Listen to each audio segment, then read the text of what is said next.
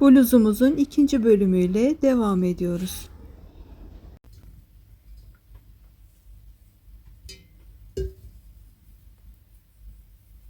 İpimi hiç ayırmadan devam ediyorum arkadaşlar.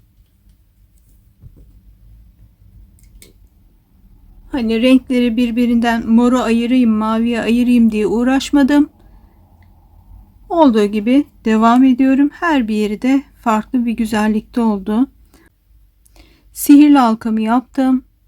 4 zincirli yukarıya çıktım. 3 tane trabzan yapıyorum.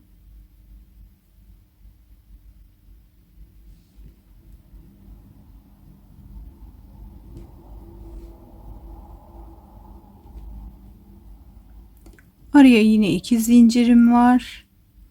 Tekrar 3 trabzan.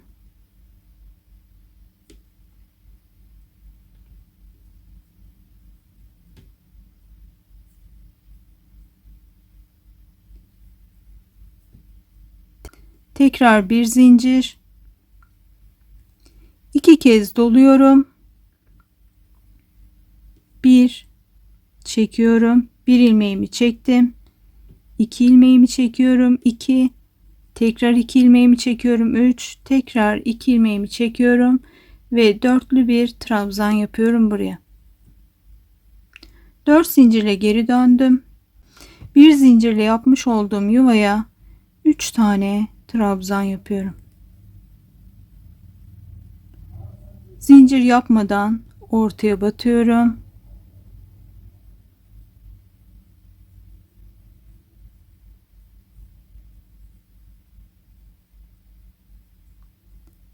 İki zincir yaptım.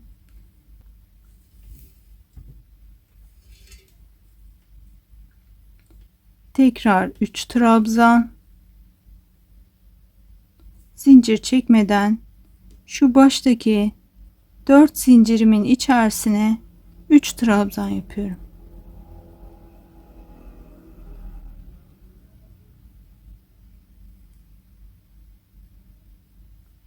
Ve bir zincir çekip tekrar tığıma 2 kez dolayıp dörtlü trabzan yapıyorum. 4 zincirle geri dönüyorum.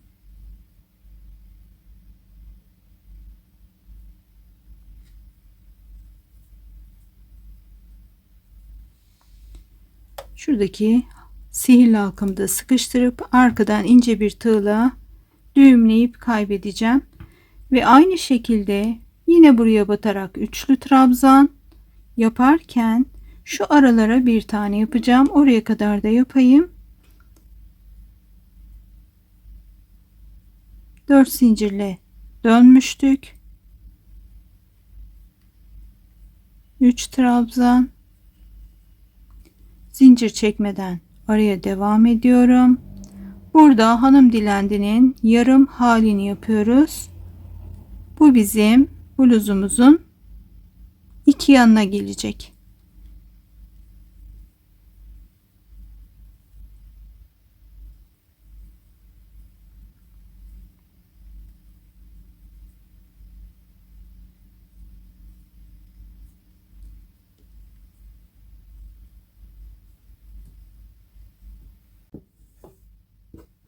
Şimdi bunu da 15 sıra ördükten sonra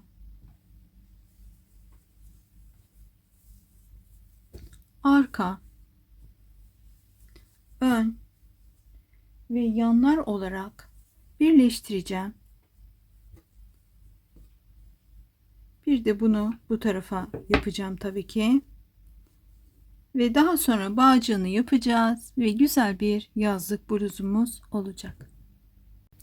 Üçgen bölümümüz bitti. İpimizi koparmadım. Ön parçayı şöyle bir yerleştiriyorum karşısına ve şurası şu bölüm yakamız olacak. Şurası kol olacak.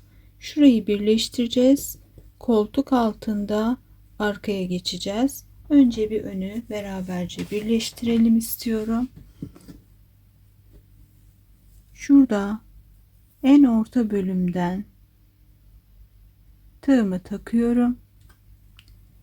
Şu ilmeğimi de içinden geçirip bir zincirle sağlamlaştırıyorum. Daha sonra başlıyorum buradan iki parçayı üst üste koyuyorum. Yüzleri dışta kalacak şekilde görüyorsunuz ve başlıyorum sık iğnemi yapmaya. Aynı bölüme tekrar batarak sık iğne yapıyorum ve sağlamlaştırıyorum burayı ve devam ediyorum. Şuraya geldiğimizde burası bizim koltuk altımız. Arka parçaya geçip arka parçayı da yapacağım.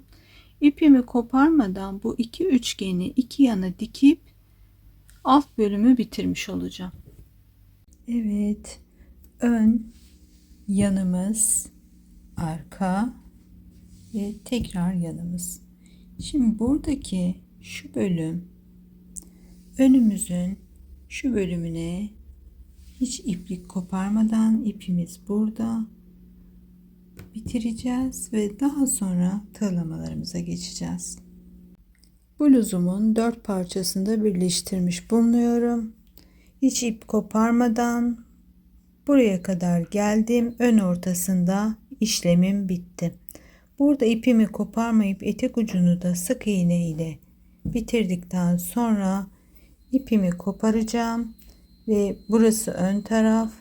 Arkada şu yırtmacıma başladığı tam şu uç noktadan ipimi tekrar bağlayıp bütün üst bölümü de sık iğne ile dolandıktan sonra temizliğini yapıp askılarını da yaptıktan sonra işimiz bitecek. Etek ucunu sık iğne yaptıktan sonra tersine sık iğneler yaptım. Üst bölümde de şuradaki yırtmacımızdan başlayarak yine her yerine sık iğne yapıp tersine sık iğneler ile devam ediyorum. Tersine sık iğneleri yaparken bir farklı yapıyorum. İpim çok ince olduğu için çok fazla sıkışık geldi gözüme. Biraz şöyle deneme yaptım. Hemen gösteriyorum size de. Yine sık iğne, tersine sık iğne yine ama bir tane atlayarak yapıyorum. Şu ışığımı da biraz daha bana doğru ayarlarsam daha iyi olacak. Biraz da yaklaştırıp tekrar göstermek istiyorum. Bir tane atlıyorum. Aynı şekilde örüyorum. Bu da daha farklı bir güzel tığlama oldu. İlk kez denedim. Bilenler vardır tabii ki. Deneyebilirsiniz. Askımızı bitirdim. Zincir çekip üzerine sık iğneler yaptım ve önden takıp ortaladım. Askımız yaklaşık bir 60 santim. Burada bir minik düğüm yaptım. İpim yumuşak olduğu için bunda bir sakınca görmüyorum. Başka aparatlar da takabilirsiniz. Buradan geçirdim arkadan ve aynı noktadan yine geçirdim. Şöyle çevirip burayı ön olarak da kullanabilirsiniz. Gayet de güzel oldu. Evet. Şöyle fiyongumuzu yaptığımızda bluzumla işim bitiyor. Evet, geldik bir projemizin sonuna. Bu projede çok çabuk sona geldik. Dilerim her projemiz böyle keyifli ve çabuk sonlanır. Şimdi detaylarla hemen size bilgi vermek istiyorum. Bluzumuzun görüntüsü şu arkadaşlar. Belde biten askılı, askılarından şu bölümü istediğiniz gibi ayarlayabileceğiniz. Arka bölüm şöyle. Şurada yırtmacımız var. Bağcık ördük. Daha doğrusu önden başlayan bir bağ ördük, askı ördük ve şöyle 2 adet bir tane karemiz var.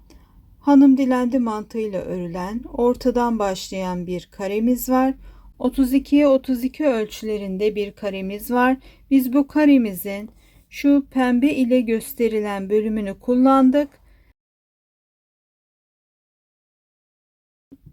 ve 2 tane de üçgen ördük. Başlangıcımız üçgenimiz de burasıydı. Buralardan, yanlardan bir sağa bir sola şöyle gide gele ördük. Hanım dilendi de biliyorsunuz hep aynı yöne örüyoruz. Ve şu iki bölümümüz 32 santime ulaşana kadar ördüm. Daha sonra tüm detaylarını anlattım, birleştirme detaylarını.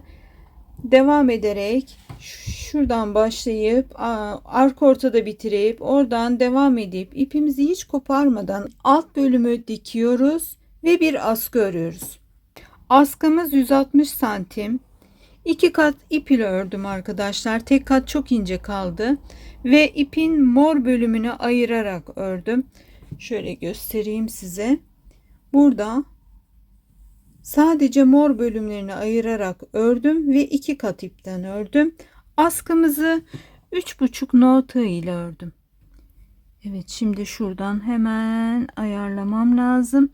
Askımızı 3,5 no tığ ile ördüm. İpim merserize bir ipti. Tığım bluzumda 3 no'ydu. Askıda 3,5 no idi. Gramım da hemen şuraya, şurayı nereden çıktı burası? Gramı da hemen şuraya yazıyorum. Ama hemen belirtiyorum. Benim ipim inceydi arkadaşlar. Bu ip piyasada Alize muadili diye satılıyor. Alize Diva muadili diye satılıyor daha doğrusu. Merserize bir ip. 160 gram ip kullandım. Eğer pamuklu ile örecekseniz, bambu ile örecekseniz daha farklı, biraz daha fazla ip kullanmanız gerekir. İtalyan merserize ile farkı var mıdır bilemiyorum. Hiç, ama ipimin ince olduğunu söyleyeyim. Hatta hemen getireyim. Evet, ipimi de aldım geldim. İpim böyle çile halinde, kilo ile toptan aldım arkadaşlar. O yüzden markası yoktu. Bu bilgi veremiyorum. Instagram'dan almıştım. Dilerim Instagram kısa zamanda açılır. Çünkü nereden ulaşacağım kendilerine bilemiyorum. Çünkü gerçekten çok güzel ipleri var. Yine almak isterim. Şimdi ipimin kalınlığı bu. Bu 3 numara tığ. Şöyle aradaki farkı şöyle nasıl göstereyim? Şöyle yakından göstereyim. Şöyle görüyorsunuz. Bayağı bir ince ipim var. Ama örülüşü çok güzel olduğu için tercih ettim. Dilerim giyen de çok keyifli giyer.